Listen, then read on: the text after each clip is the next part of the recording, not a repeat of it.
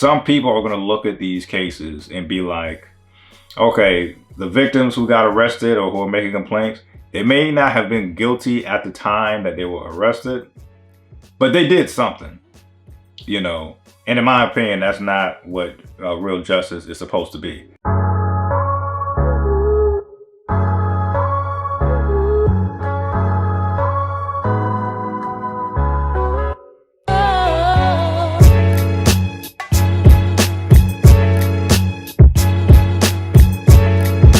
Hey, what's going on, folks? Another episode of Just My Opinion with Ryan, and boy, oh boy, episode 5 of We Own This City just dropped, and you could tell there was already singing, but now they singing from episode 5, especially Gondo, aka G Money, and his boy Ramel. So yeah, man, I think every episode gets better and better, obviously more intense. Shit really hit the fan in this episode. So let's just get right into it, man. I want to start off with this quick example. Like, God bless people like Nicole Brown. I mean, not Nicole Brown. God bless people like Nicole Steele and her colleague, Ahmad. And, you know, for that matter, even the chief of, commissioner. They're trying to get things done.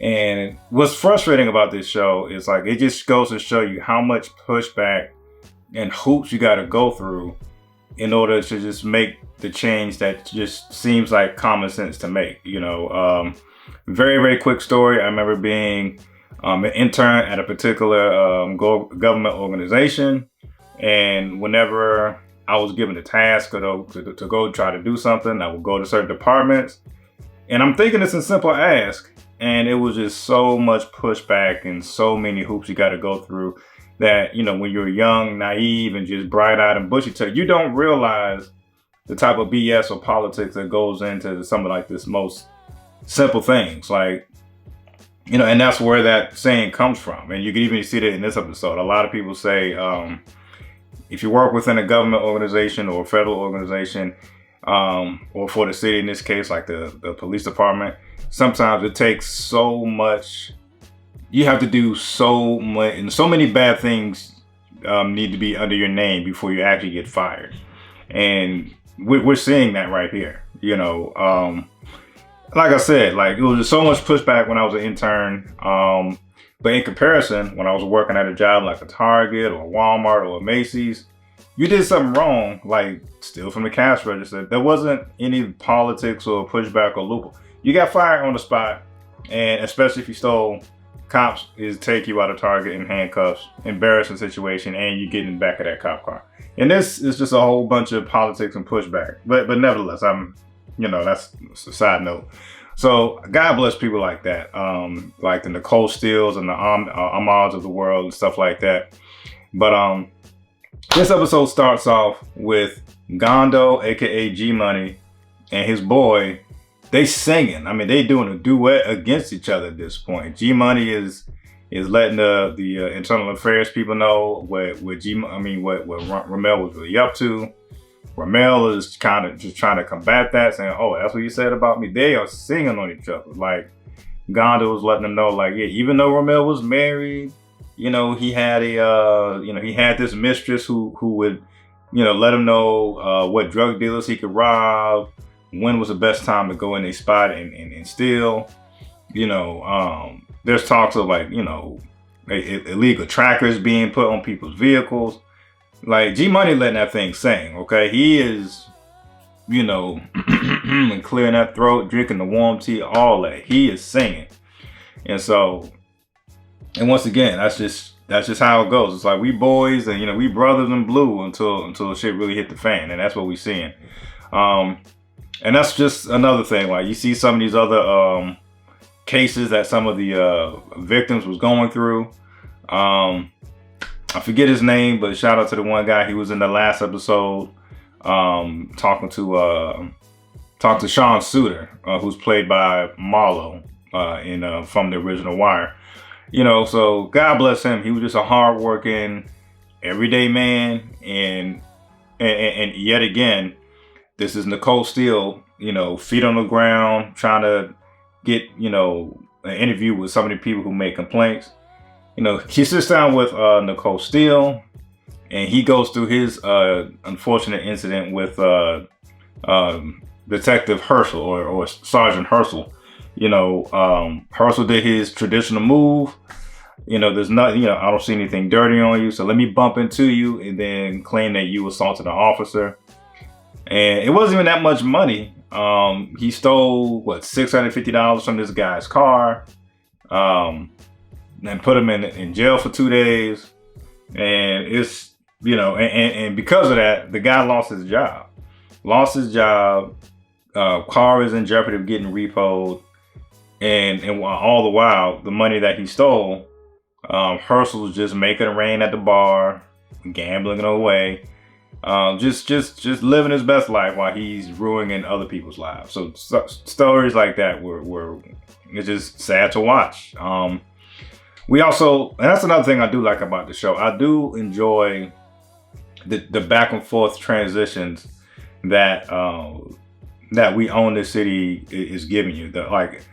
It's not too confusing. It's very easy to follow, especially when they highlight a point as if they have that little police report thing, and they let you know the day, month, and year, and what type of corruption we're about to see. I just love how they can just go back and forth like that.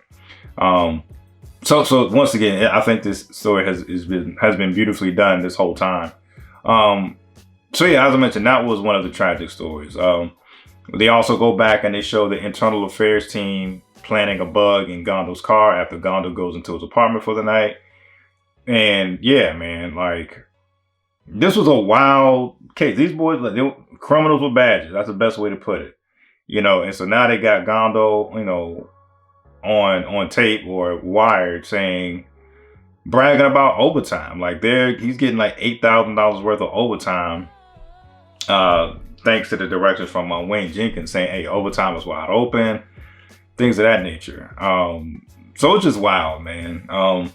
One of the parts that I didn't understand why it was even mentioned, I felt like they could have left this other part out, but I believe it was not Gondo. I think his name was Marcus. He was one of the later or newer members of the Gun Trace Task Force. But Gondo was going through, not Gondo, Marcus.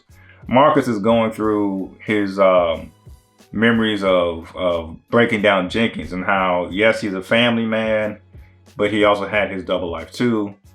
And, they show Jenkins looking up back pages for escorts. He would go to these high priced, expensive restaurants and just eat, rent out hotel rooms where he would have rendezvous with escorts. But maybe I missed it, but I just really didn't understand the purpose of bringing that up with Jenkins. We already know that he's a corrupt guy. We already know that he has a bad, character.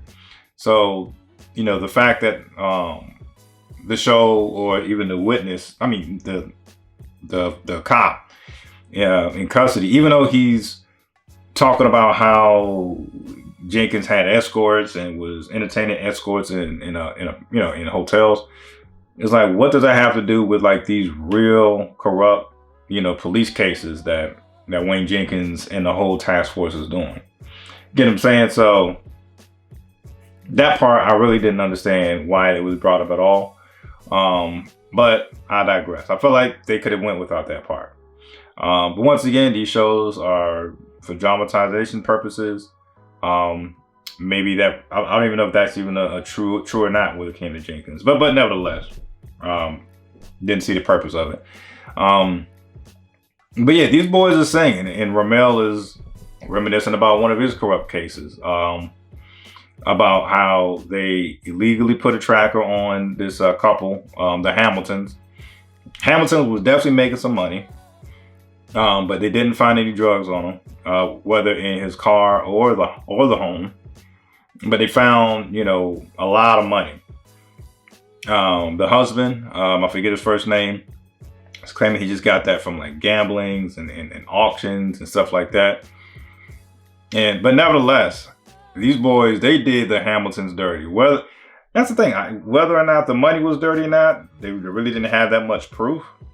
But just the fact that, Ramel admitted, hey, when I immediately arrested him, he already had like 3,500 on him right there on the spot. You already pocketed that straight up. They asked him about if he has any drugs, and I'm sorry. The one part that was funny, after they arrested him, they take him to whatever office they took him to, where of all people, Wayne Jenkins is pretending to be some type of an attorney, impersonating a lawyer or whatever the case is. And Mr. Hamilton definitely wasn't a dummy at all. He's just out there like, really, dude, like, I don't have any drugs. I don't know what to tell you.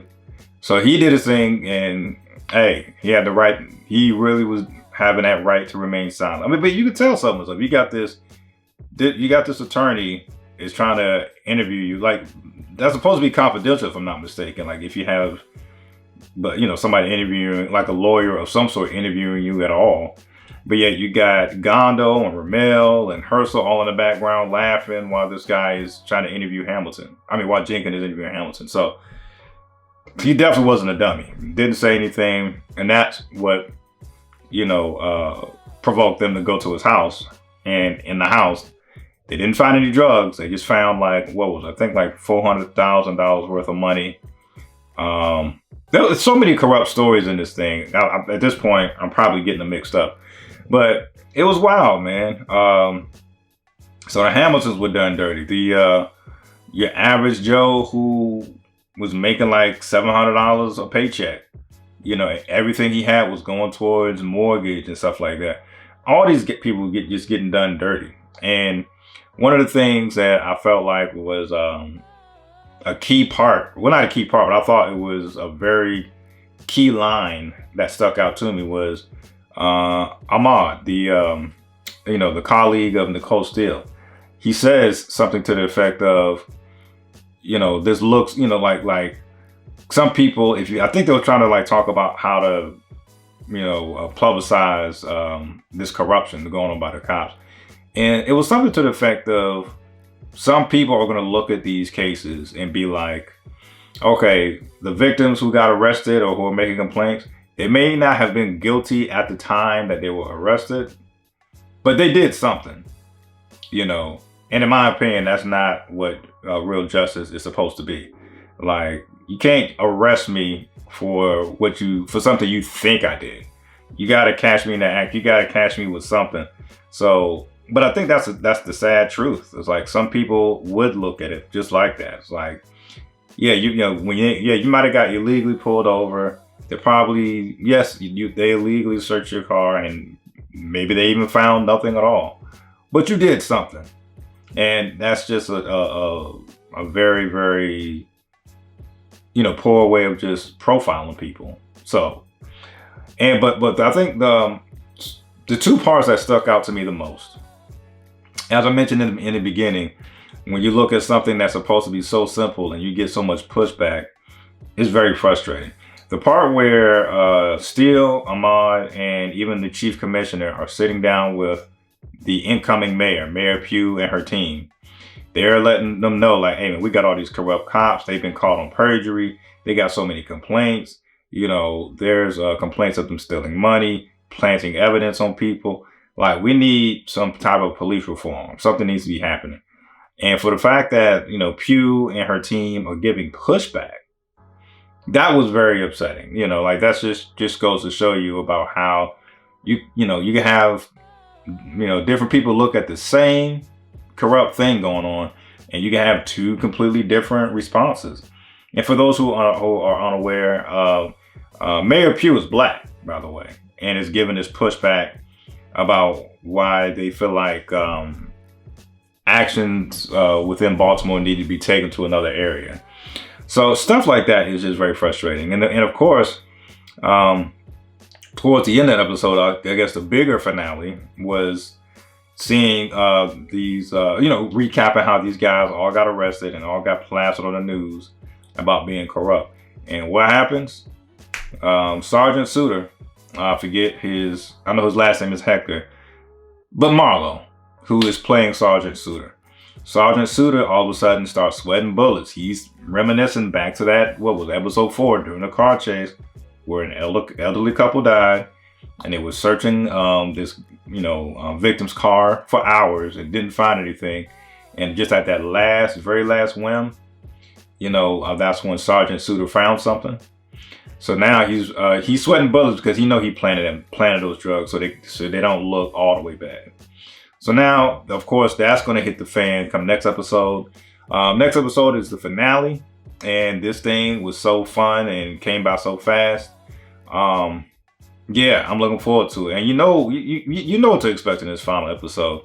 The internal affairs, they're going to have to interview Wayne Jenkins, aka the final boss, aka the ringleader, and everybody else is singing. So I'm sure perhaps Mr. Jenkins sang a few tunes too on this final episode. So we'll see how that plans out. And another part that actually, my final part that I thought was cool was K-Stop. K-Stop looked up to Wayne Jenkins, wanted to be just like Wayne Jenkins because he didn't know about the corruption at first. Wayne Jenkins approached him with a hypothetical scenario about, what would you think if someone took some money, planted some evidence? He gave him like the corrupt cop test. And if K-Stop wanted to be a corrupt cop, he failed miserably. But he did the right thing by saying, no, man, we don't do that. That's whack. That's some bullshit. This and the third. So I thought that was cool. So nevertheless, episode 6 next Monday. Looking forward to it. And of course, that's not really a prediction. I think it's more, that's just the inevitable. We're going to see Wayne Jenkins being interviewed. And perhaps we're going to see Sergeant Suter get arrested for planting evidence during that car chase. Let me know what you guys thought of this episode. Let me know what you guys thought about this overall series. I'm thinking this, like I said, even though it's frustrating to watch certain scenes, overall, I think this was well done. The way it's shot reminds me exactly like The Wire. And hey, that's just my opinion. Love it or hate it. Peace. Gulliver, aka Childish Gambino hater. I just think this wasn't it for me. But so now I'll say it. Hey, love it or hate it. That's just my opinion. Peace.